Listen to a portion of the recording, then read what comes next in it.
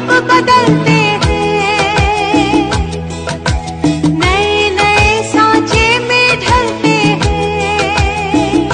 Indian TV serial ऐसा बीमारी है जिससे घर का कोई ना कोई मेंबर जरूर ग्रसित होता है, खासकर महिलाएं। और कोई कोई महापुरुष भी होते हैं जो इसके नशे करते हैं। कुछ चिमरा आदमी होगा। हर सीरियल की सेम स्टोरी होती है। हर सीरियल में सास बहू लड़ती मरती हैं और इस लड़ाई को लोग खुद से जोड़ लेते हैं। मतलब कि अगर सीरियल में बहू सास को चाय में जहर देती है तो आम जिंदगी में सास चाय पीना छोड़ देती हैं, इसलिए कि क्या पता कब बहू का माथा टन के और निपटा दे सास को। और सीरियल की औरतें देख लो आप, हमेशा तैयार। और तो भाई साहब सोते टाइम भी इनका मेकअप नहीं निकलता है और सुबह उठेंगी तो वैसे की वैसे ही। और एक हमारे यहाँ की लड़कियाँ हैं, अगर सुबह सुपनखा की रोल के लिए जाए ना तो मिनटों में सेलेक्ट होके आएंगी। और सीरियल की औरतों की ज़िंदगी ना सिर्फ एक दूसरे के खिलाफ साजिश रचने में ही चली जाती है।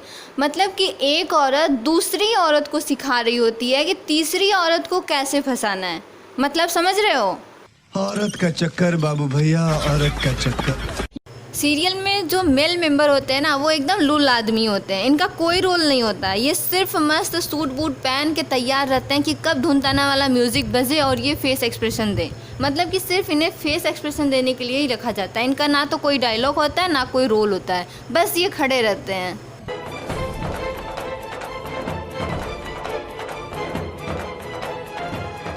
और झापड़ तो भाई साहब यहाँ किलो के भाव मिलते हैं। यहाँ सब एक दूसरे को कंटाप जड़े जा रहे हैं।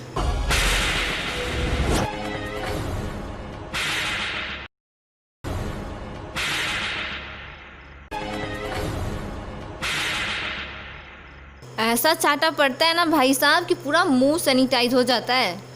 और जब सीरियल की स्टोरी कम पड़ जाती है ना तो ये लोग अपने घर वालों का मुंह जूम करके उसी सेम म्यूजिक पे दिखाते हैं।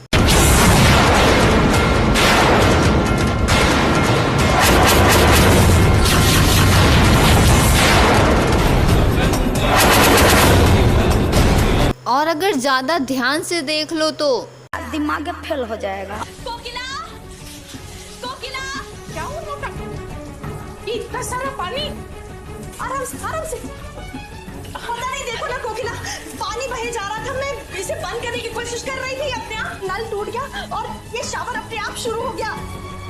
ऐसे कैसे अपने आप? दीजिए, मैं कोशिश करती हूँ। आप पीछे हटिए, आप पोंछिए अपने आप को। भगवान, पहली बात तो यहाँ ओवर एक्टिंग के इनके पैसे काटने चाहिए। और किसके घर में ऐसा रिएक्शन होता है पानी गिरने से? हमारे यहाँ तो घर का सबसे शरारती बच्चा को खोजा जाता है और फुल कॉन्फिडेंस के साथ उसे सूता जाता है, बिना ये पूछे कि तुमने ये किया है या फिर नहीं किया है। और ये जितने भी अपशगुन होते हैं ना, आधे से ज़्यादा सीरियल वालों की देन होती है। मतलब कि अगर दूध फट गया तो भी अपशगुन है, किसी का एक्सीडेंट होगा। और दिया बुझ गया तो भी अपशगुन है। सीरियल वालों का दिया सिर्फ अपशगुन की वजह से बुझता है, मतलब घी ख़त्म होने से या फिर हवा चलने से नहीं बुझता है। और आगे चल के जिस सास बहू की बनने वाली नहीं रहती ना, वो बहू आते ही उल्टे पाँव से चावल गिरा देती है। मतलब कि सीरियल वाले इतने सारे घरेलू समस्याएं लेके कहाँ से आते हैं? आम जिंदगी में तो इतनी समस्याएं नहीं होती हैं और ना ही इतने अपशगुन होते हैं। सारे सीरियल वाले सेम स्टोरी बना रहे थे। फिर एक सीरियल आया ससुराल सिमर का। सारे सीरियल की तरह इसकी भी स्टार्टिंग एक नॉर्मल स्टोरी के साथ होती है, लेकिन कुछ अलग करने के चक्कर में ये इतना अलग कर देते हैं कि मानव जीवन से कोई लेना देना ही नहीं रह जाता है। इस सीरियल में भूत प्रेत दानव सब आ जाते हैं और इंसान मक्खी भी बन जाते हैं। और भाई साहब, एक तो इन लोग का इनके ससुराल वालों से बनता नहीं है, फिर भी इन्हें पुनर्जन्म लेना रहता है। अब पुनर्जन्म लेके फिर उसी परिवार में जाना रहता है। ये लोग इतना पुनर्जन्म लेते हैं कि भगवान भी सोचते हैं कि इतना तो मैंने लिखा भी नहीं है।